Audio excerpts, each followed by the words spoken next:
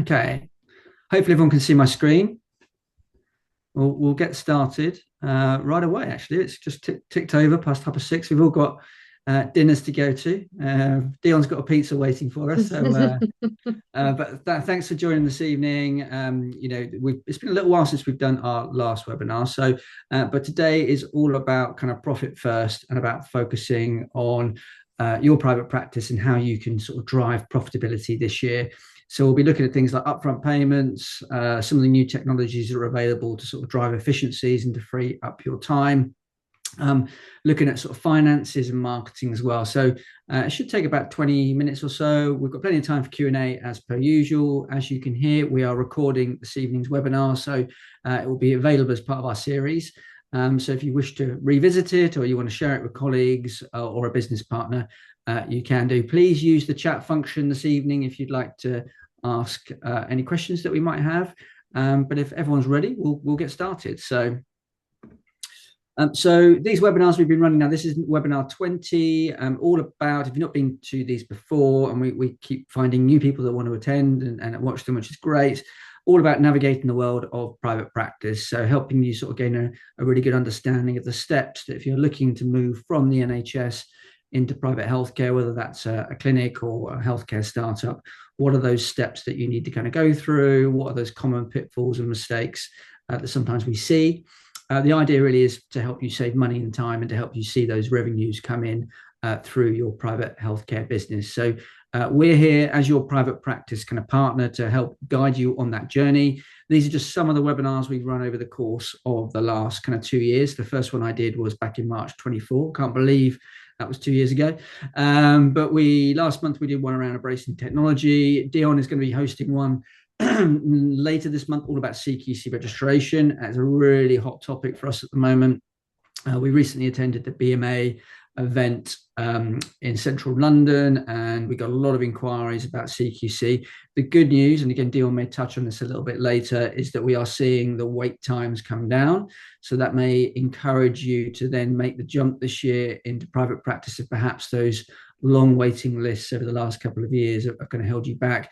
We've also touched on anything relating to kind of tax and finance, how you can pay less tax as a UK doctor, branding, marketing, even exit and retirement strategy. So probably a long way away for a lot of you today, but if you are thinking about setting up a practice, it's worth thinking about what your vision and what your plans are going forward, because you may want to think about exiting at some point. All of these are available to view on our website. Just get in touch with us at the end of the webinar. We'll email you the deck over and you can access them via our YouTube channel. I'm sure all of you have heard of Designated Medical, but if you haven't, we are a full service consultancy for private healthcare practitioners and clinics. So the idea is that while you're growing your practice and focusing on your patients and the best outcomes, we can look after everything behind the scenes, and you can pick and choose the services that you may want to use from us, whether that's strategic consultancy, CQC, billing, marketing, medical PA. We look after everything kind of behind the scenes for you. So that's how we're kind of relevant, and that's why we host these webinars each and every month for you. Your speakers this evening are myself, so I'm the Chief Marketing Officer at Designated Medical. For the last 6-7 years, I've been helping doctors set up their own private practices and their health tech companies as well. I have my own health tech company myself. Excuse me. So, I've been hosting these and I've been bringing in various speakers over the course of the last couple of years. Delighted to be joined by Dion this evening. Dion works with me at Designated Medical. She is our head of medical operations and heads up the CQC practice management and the medical PA teams. She's been with us for over a year and has a wealth of experience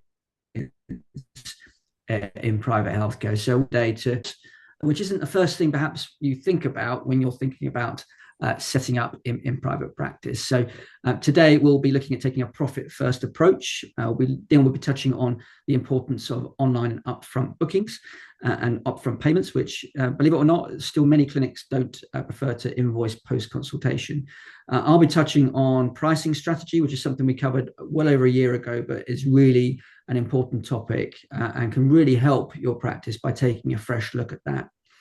Again, we'll then touch on AI technologies, and it's really gathering a pace. Again, we saw this at the BMA event a couple of weeks ago, where we were there with the likes of Semble and Heidi.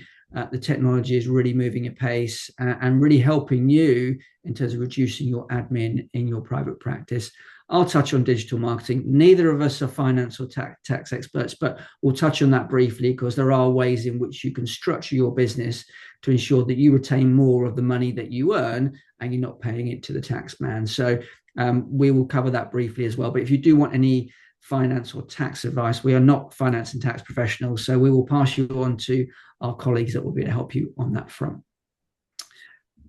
Dion, shall I pass over to you so you can talk a little bit about kind Sure. of upfront? Thanks, Simon. So what does private practice look like in 2026? Well, as you can imagine, AI and technology software is at the kind of forefront of everything. People want healthcare that fits around the rest of their lives. They want it at the touch of a button. They want easy, quick access, and they want it when they want it. So, gone are the days where they might ring up, a secretary would offer them the next available date, and the person would snap it up in an instant, come in and maybe pay for their invoice two weeks to 2 months later. People now want availability, they want to come immediately, they want it to fit in with their schedule. And as you can see from the data of over 2,000 UK patients undertaken by Semble, they are embracing software. And actually, I have to touch on this. I'm not a technical person myself. However, we are seeing with our clients who are a little bit adverse to using and trialing software, they always say the same thing. I need the human touch. My patients aren't going to want to engage with technology. And we're seeing the exact opposite. Patients are really, really embracing the change.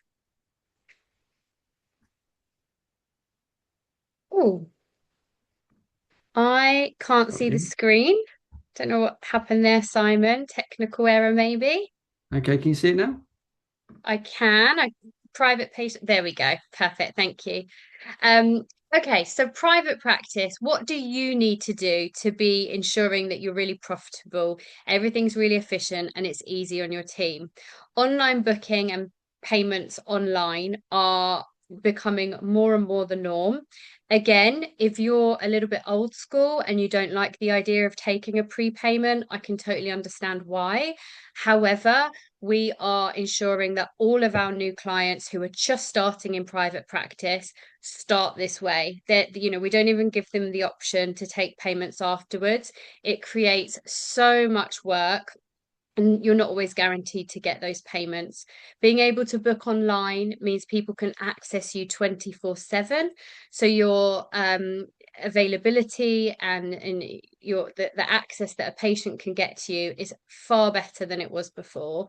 We always advise online bookings and prepayments. Obviously, we partner with Semble. It's a great system. It's really easy to set up, but most of the practice management systems out there do have the capability. So whatever system you're looking into, do look into one that offers online booking. Because even if you don't want to start with it straight away, it is something that you will want to do quickly. So, upfront booking and online payments. The great thing about booking online is that you can take a prepayment. And again, it's cutting down the manual labor of somebody chasing the bill for you, and it's making it really easy for the patient. The slide shows the difference between what it used to look like in a traditional patient journey and how it looks now. Obviously, with the use of AI, online booking, prepayments, you can really, really make a smooth pathway for your patients.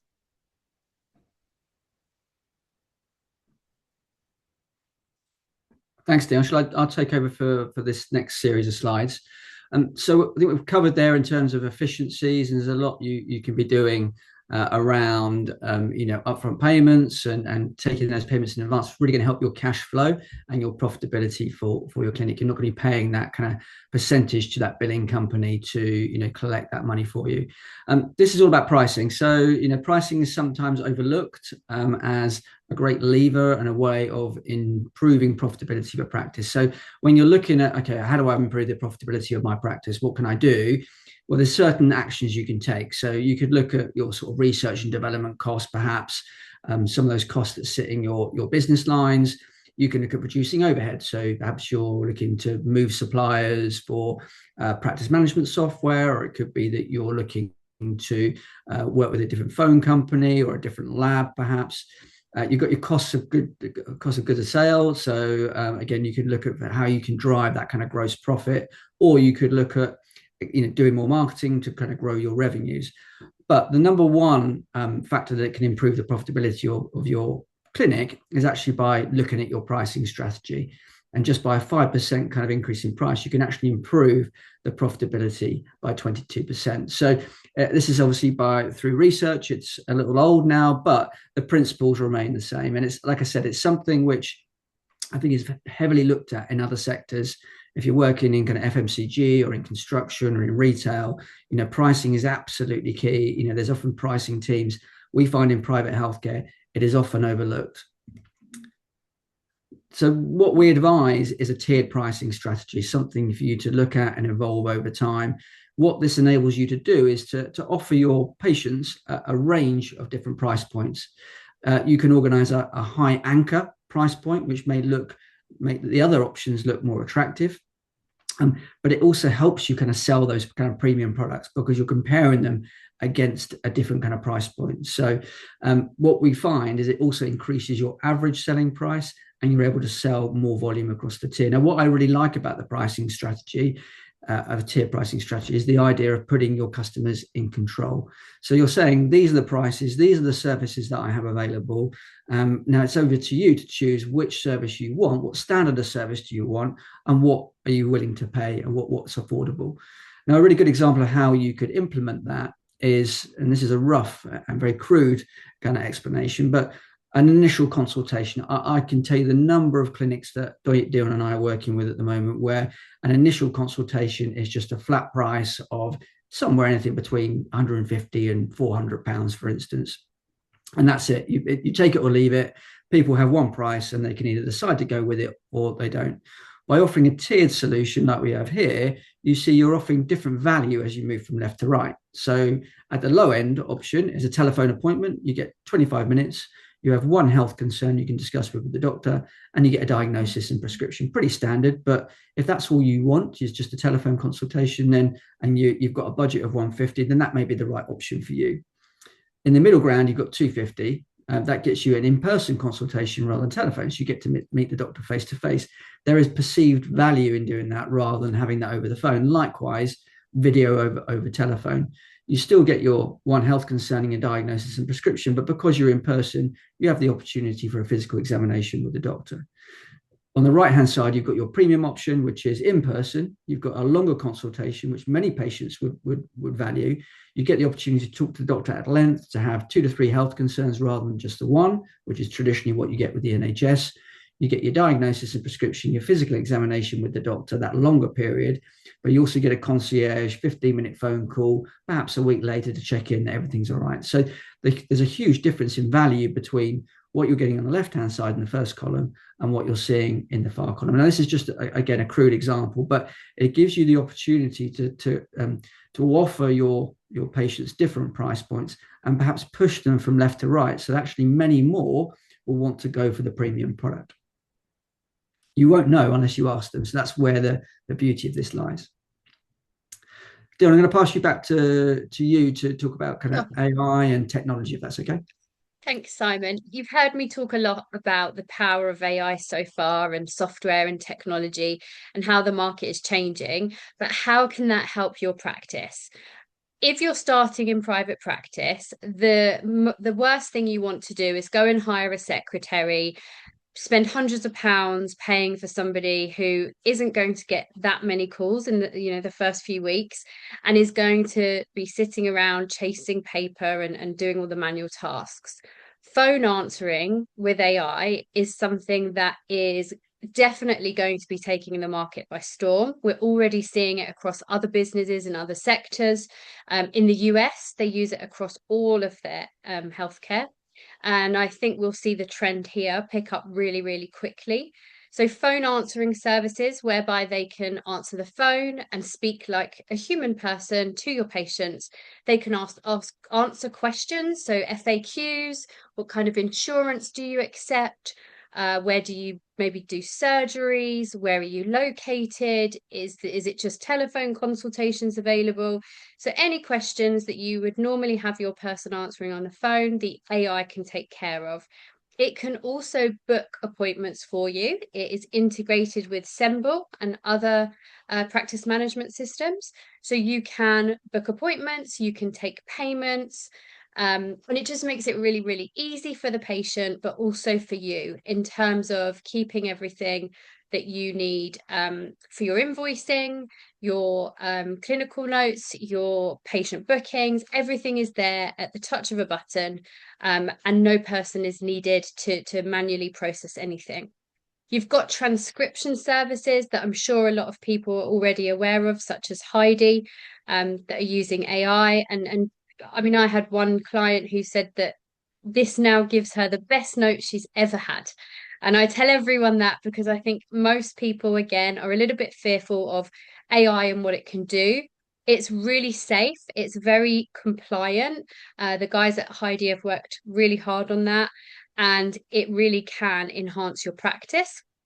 We're also seeing the likes of triage support. So recently at the BMA event, we saw a fantastic AI offering that triages your patients in the attempt to cut down your time with them. So let's say, for example, if you are, I don't know, a gut specialist, and you might have patients who usually come in and spend 20 minutes of the consultation just telling you about one of their IBS or one of their problems that they're experiencing, and then try to squeeze the other 15 problems into the last 5 minutes of the consultation.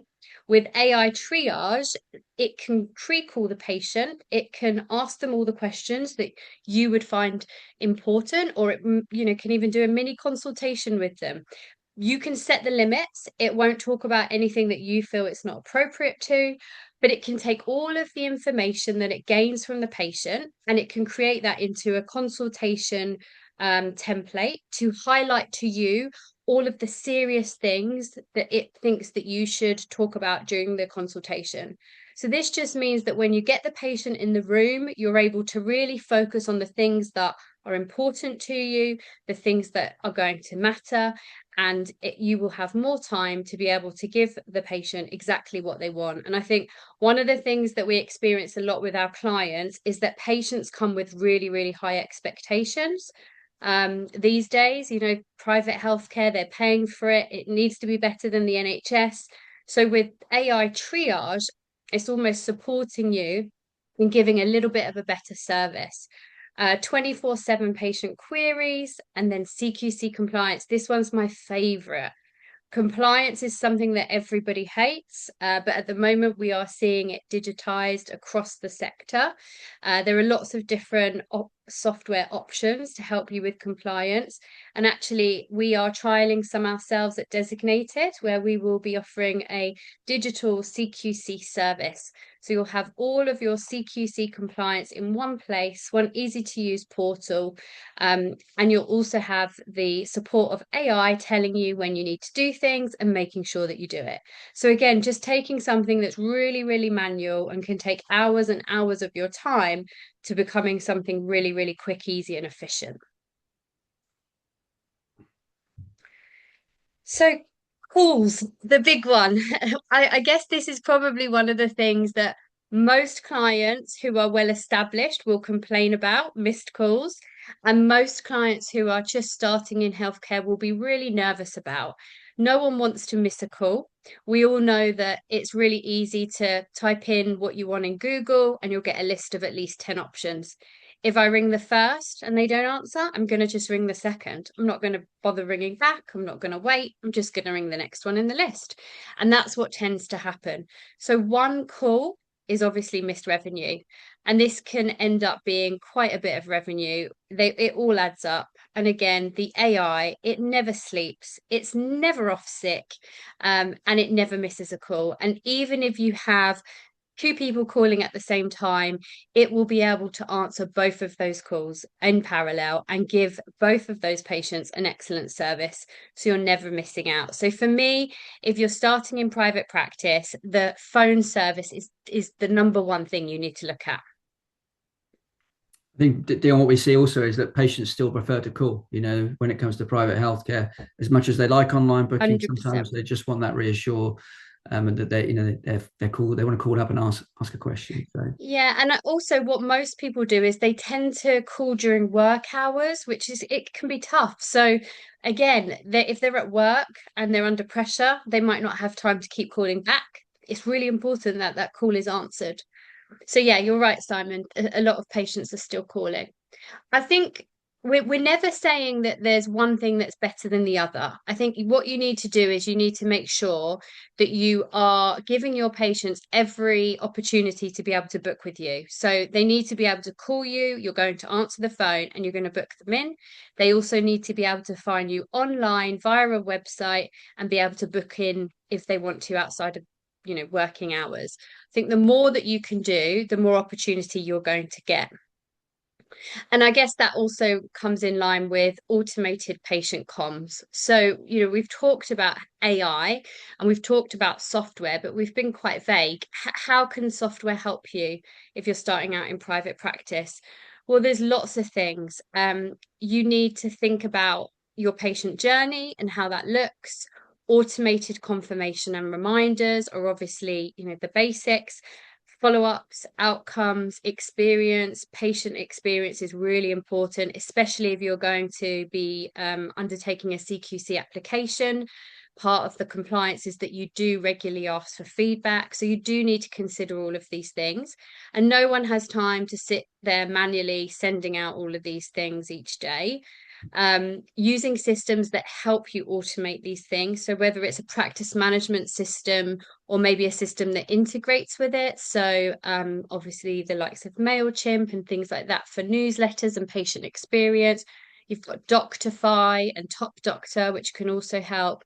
So there's lots of systems out there that can make sure that you are giving your patients exactly the information that they need when they need it, and following up in a really positive way. And I think that all ties not only in with costs and from a practical point of view, but it also ties in with your patient experience. People are going to come back if they experience a really easy, carefree way to book. I booked in, it was so easy, called up, they never missed my call. I can pay online. I went to see the doctor. I got my letter the very next day. All of these things that sound really simple, when they're manual, can actually, there's so many opportunities that it can go wrong. Whereas digitizing everything means that you're not at risk. yeah, absolutely, Dion. I think you mentioned AI helping with kind of triage. I think what we're also seeing, and I've spoken to over the last couple of weeks, is post surgery kind of AI as well, where you can ask the patient how they're experiencing, and we know how they post surgery, and then you only need to call and follow up the appointments actually where there's a problem. So that's new Yeah, developments, new technology that's kind of coming in terms of that automation, where you don't need to have your medical PA doing that job for you on a manual basis. And touching on exactly. that, I thought I'd let you touch on perhaps the future of medical PA and what this means for that medical PA role, that historical role that's been around for a very long time. So medical PAs are never going to go away. There's always going to be a need. We are in healthcare. You can't lose the human element, and there is always room for a really good person on the team to do that. So the way that we see it going at the moment is that the medical role will change. So instead of a traditional medical secretary, let's think back, over 20 years ago when I started in healthcare, we would listen to our dictations, we would have a pedal on the floor and we would type away. And now you've got the likes of Heidi that is AI transcription and is done in seconds. So if you even just that and you look at the journey, the medical PA role is going to become something of more value. So I feel like they will be able to do the tasks that really help drive your business, almost, I guess, becoming practice manager type roles rather than secretarial support. The admin will be done by the systems, the AI, the software, even the billing and the accounting will be done by the software. So the person will be able to drive marketing, promotion, PR, all of the other things that encompass business management and practice management that will really help drive your business forward. So that's how we see the role changing. And I think we're already seeing, changes across the board. And we at Designated are also changing the way that our team of medical PAs work to try and ensure that we're giving all of our clients exactly what they need, and we're moving with the times, which is scary at sometimes, but really important. Yeah, Oh, absolutely. and just one thing I really want to touch on because I think it's really important. And I myself, as a non-techie person, I always thought that AI was a bit naff, and also a bit dangerous. You hear all of these stories of, ChatGPT has a mind of its own and data being shared and all of these scary stories. But the one thing I think most people won't know if you haven't been involved with this kind of tech before is that you train the AI to do exactly what you want it to do. If you tell it it's not to ever to discuss surgical procedures with patients, it won't. If you tell it that you don't want it to ever discuss prescriptions and that it must send that person to the human PA, it will do that. You can train it in the parameters that you feel comfortable with. And I think that's really important because you can start really slowly and just get it to do the basics. And then the more confident you become in its ability and the more trusting you become, then obviously you can start to scale up and use it at different levels. Yeah, great. Thanks, Dion. I think the key point here around profitability, linking it back, is that efficiencies. It's about being able to do things Totally. quicker. It's about reducing your costs that perhaps historically have been a cost for a private healthcare practice. So that by reducing your costs, by improving the patient experience, by answering more calls, you're going to be controlling your costs and driving your revenues at the same time, which ultimately is going to be delivering profits. So that's where all of this kind of ties in. So it's about taking a sort of fresh approach to your private practice in 2026. Things are moving really, really quickly. I'm going to touch on marketing very briefly. So with marketing, obviously marketing is about finding new patients primarily. It's about brand building and various other things in communications, but by acquiring more patients, building more patients into the clinic, delivering a really good patient experience, you are going to drive revenues for your business, which ultimately are going to impact your profitability if you're managing your costs. So this is an example of a journey that we go through with clients each and every week, which is really understanding who are the patients that you want to see in the future. You don't need to see all patients. You can be quite selective. There are patients sometimes that you don't want to see and you want to kind of filter out, but being really clear about the kind of profile of your patients, their demographics. So we've got, someone like Gemma, who's a female, they're in a certain income bracket. What are they doing for their occupation? Where are they based? What are their kind of needs and requirements as a patient? And this perhaps would be like a private GP clinic. You've got Amanda, who is, a little bit older in her years. She's based in London. She's married. Again, she's got children. Perhaps she's thinking more around, how am I going to reduce my work stress? How do I kind of like get that work-life balance? Perhaps she's, in perimenopausal. So her needs are going to be very different to someone like Mary, perhaps, who is retired. She's in her 60s. She's got an income from a pension. Her needs perhaps are about longevity and about how she can improve her health and mobility. So by understanding those individual groups of kind of patients that you're looking to attract and those that you don't want, you can then start to think about how you attract them and how you're going to target them for your clinic.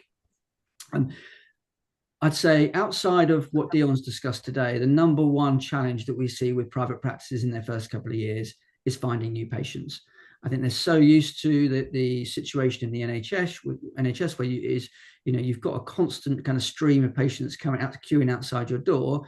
As soon as you move into that kind of private healthcare setting, you are a private healthcare business. you are now going to need to find those patients.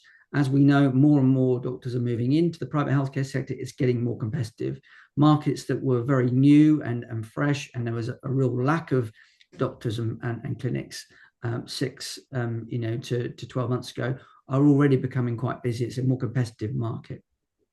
So in order to acquire those patients we identified to your practice, how are you going to reach them? What are the marketing channels that you want to use to get to them? And you need to find the right blend of channels that are going to work for your practice. No practice is the same. We see every practice being slightly different. So it's about kind of finding your feet and finding the right mix of channels that's delivering the right volume and, importantly, the right quality of patients to your clinic. What you don't want is to be inundated with inquiries each and every morning and find that none of them are suitable because they've misinterpreted your website. They're not, perhaps they're looking for an NHS service. Yours is clearly kind of private. So it's about volume, but also about the right kind of quality of patients that you're trying to attract, because you want to convert them. So what we typically talk through with a client will be, what are the right blend of channels that you're looking for? And typically you have 3 main categories. You've got your owned channels, which is your website, and the size of your website and the amount of quality content you've got on there, your blog, your social media, your email newsletters that you're sending out. They're all channels that you own and you can kind of control. And when you're starting out, typically you'll have a 1-page website, but we recommend that over time you're adding a page per week or per month, depending on the pace that you want to move at, which gives you that really good solid foundation to attract patients to your clinic. You've got webinars, you've got in-clinic materials if you're a physical clinic. You've then got your earned traffic. This is the work that you need to do as a practice, or your marketing team needs to work with you to drive your patient reviews. And that can be through Google My Business and Google reviews, which we recommend. Also something like Doctify. There is top doctors out there if you want to consider that. Think about how you can encourage word of mouth. How can you encourage your patients to talk about you in a positive light to drive new patient inquiries? What about your professional network? What about LinkedIn? How are you using that to post about what you're doing and how you're operating? It's a really popular way of building a professional network and driving high quality referrals. Certainly with some of the surgeons that we're working with, the quality of the referrals they're getting through their own professional network are far higher than what they're getting through SEO and through Google Ads. So, and that means they convert at a higher rate. So it's worth thinking about that. You need to think about your private healthcare insurance referrals, your profiles online. Think about your PR, your digital footprint. Can you get articles on various different kind of websites? And thinking about earning your traffic to your website through SEO. And that requires really good quality content, a really well-structured professional website. You want to be thinking about off-site content as well, where you're featuring off-site, which is driving traffic through to yours, but also digital PR, where you can look at digital opportunities to build links into your site, which will improve your SEO. And a year ago, when we talked about SEO, we would be very much talking about Google predominantly as the main search engine in the UK. Increasingly, what we're seeing, and designated experience in this too, is that AI is becoming more important. ChatGPT, people are using ChatGPT now to find out who the best private GP is in their area or best consultant in their area. So we're seeing that switching behavior as people start to trust ChatGPT and the AI technology more. The final category is your paid traffic, which is where you're going to need to spend money to drive that traffic and those inquiries into your clinic.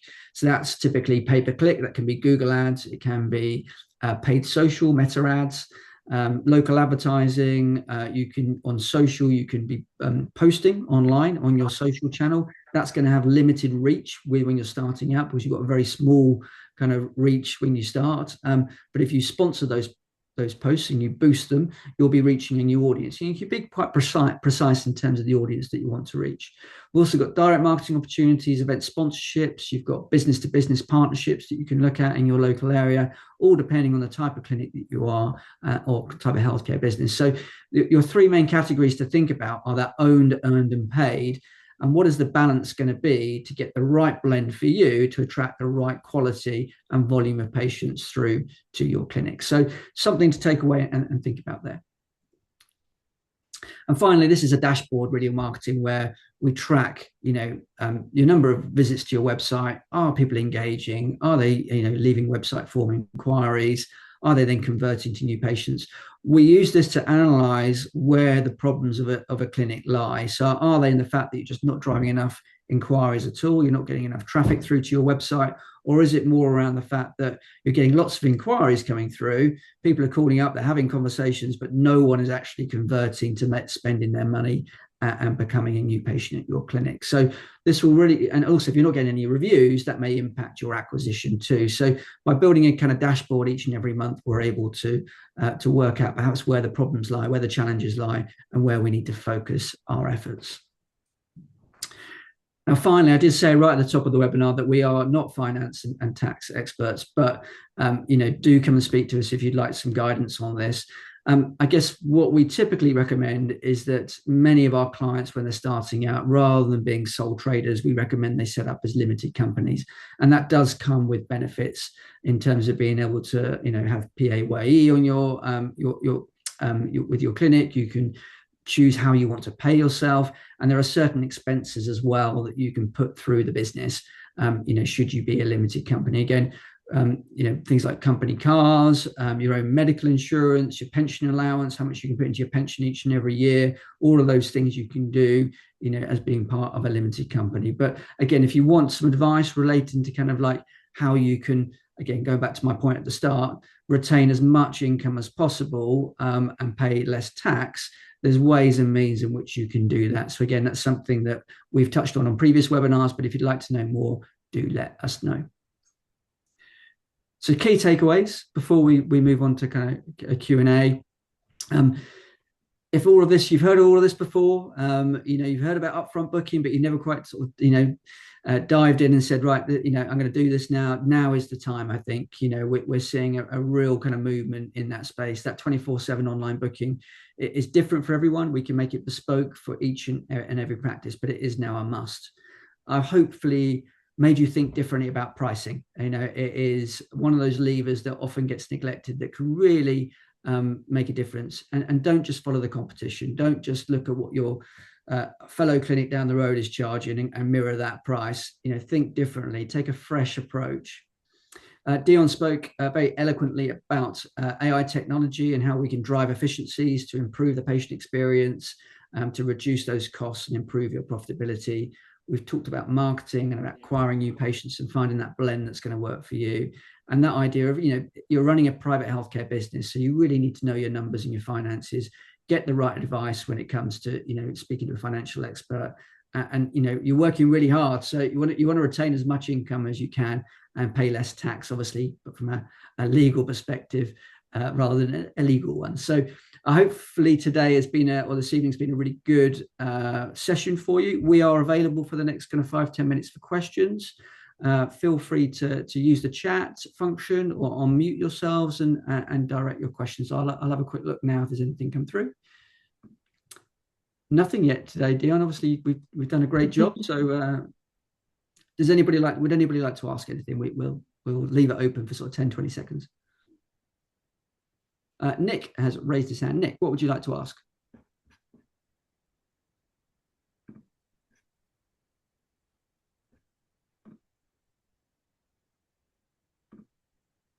There you go, Nick. I've just unmuted you, so feel free to ask. Can you hear me? We can hear you. Great. Thank you very much for the presentation. It's very useful. One of the issues I've been having is just over the years, I have increased my self-pay fees for new and follow-up consultations, but it's really lagged behind with the insurers. And the insurers, some pay much more than others, and renegotiating what rate you get. I haven't really got much progress on that. So Yeah, it's a really tough one, Nick, with the insurance companies. And the BMA will echo this because I know they have a team of people at the moment who are working really, really hard on trying to what's the right way to put it? Not fight with the medical insurance companies, but to really push back because it is unfair. The pricing is not good. it seems to be getting lower and lower, and it's not just in some specialities, it's across the board. It's really tough to try and negotiate with them. Really, the only power that you have is the amount or the volume of people that you see from each insurance company, and obviously their feedback. And what I would say is look at your surgical outcomes. If you can um, show them that you are perhaps fixing things in a quicker manner than maybe some of your colleagues. Let's say, patients come to you and they might only have to have 2 appointments, whereas they might see somebody else and have three. That would be a way to try and push back. And in terms of post surgery, if you rarely get any complications and you're very lucky, and you can show them that patients are not coming back with infections or problems or needing further surgery, then that's also another way to try and help negotiate. But it is really, really tough.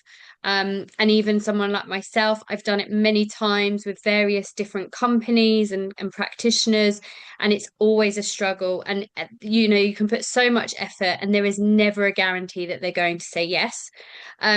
What I would say is maybe reach out to the BMA people to see if they have any extra tips or ideas, but we're happy to help. I think we might already be in discussions with you. I think the designated team are already looking into ways that they can support you with that, Nick, I'm sure.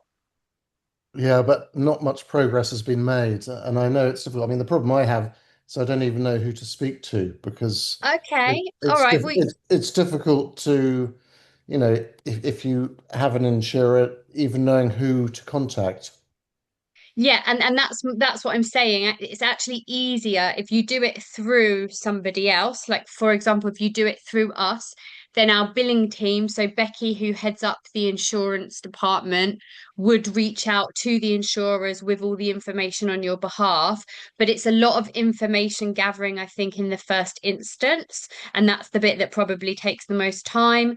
And then it's a bit of a waiting game. So once we then send this bit information over to the insurance company, some of them might come back to you in a matter of weeks, others can take months. Bupa, for example, I mean, it can take up to a year. So it isn't something that's an easy fix. Unfortunately, I wish there was a way that I could say it was really easy and really helpful. But unfortunately, I think this is one of the toughest questions that we ever face. Thank you. Yeah, Nick, just to reiterate, I've been going to the BMA conference, private practice conference, for the last 4 years, and it's the number one kind of topic on the agenda each and every year. We normally at least a couple of speakers talk about the boopers and how they're driving down their rates and how I know they're trying to do something. We're in discussions with the BMA about how to shift and support doctors that are moving in private practice and how to grow their self-pay market. But we obviously have limited influence with the likes of the boopers and the Axes of this world. But thanks for the question, Nick. And you know who we are and where we are. So if you want to take the conversation offline, we'd be more than happy to speak to the team. So thank you. Great. Okay, we've got no further questions. Then we'll just move on. So next steps, linking back to what I just said to Nick, if you do want to speak to the team about any of the topics, what we talked about tonight, or anything related to kind of private practice, do speak to us. We've got a really good network. So if we can't help, we can certainly reach out to our professional network to see if we can find someone who can help you. Do join our private practice WhatsApp group. We'll put the recording on that this evening, or probably tomorrow morning now. But we're growing that group, and it's a really good way to interact with other practitioners, to share experiences and knowledge. And our 2026 series of webinars continues into this year. Dion has kindly offered to do a bit of a refresher on her CQC registration webinar that we did about a year ago. Things have changed a lot, Dion, right, over the course of the last 12 months, and we're certainly massively. So I think the best news is that actually the waiting time has really significantly changed. So Last year it was 9 to 10 months wait. At the moment, we are seeing practitioners get applications picked up within about 3 to 4 months. We have clients that are getting picked up really quickly. And the CQC are pushing forward with a new sort of way of working where they aim to put through all applications within a maximum of 14 weeks. So if you are looking to apply and have been put off by the waiting times, I would say now is definitely the time, because at the start of the year, they always seem to be very positive and hitting their goals, and then it sort of goes a bit downhill towards the end of the year. So it's no guarantee that that short wait is going to be for the rest of the year. So I would recommend you get your applications in as soon as you possibly can. And then we'll probably touch at the back end of that webinar around sort of CQC compliance too, because what's one of the things that really gets neglected is once you've got through the CQC registration process and you're kind of delighted and elated to get through, you forget that obviously, you know, your first interview or inspection will probably be within the first 12 months. So it's important to, you know, get things lined up, get set up for compliance, because you don't want a mad rush once the CQC kind of come calling to say they're going to come and visit you in a couple of weeks. So we'll touch on that again probably at the back end of this webinar later this month. So, and then I think the next one after that, we're going to be looking at doing a bit more about marketing and about sort of attracting new patients. Again, just covering that topic that I mentioned before, that we do see that being the sort of number one challenge for new private practices. But I hope this evening's been useful. There's our contact information should you want to reach out to us. If you do want to contact myself or Dion directly, I'm Simon at designatedgroup.com. I think Dion is Dion at designatedmedical.com. But feel free to contact us.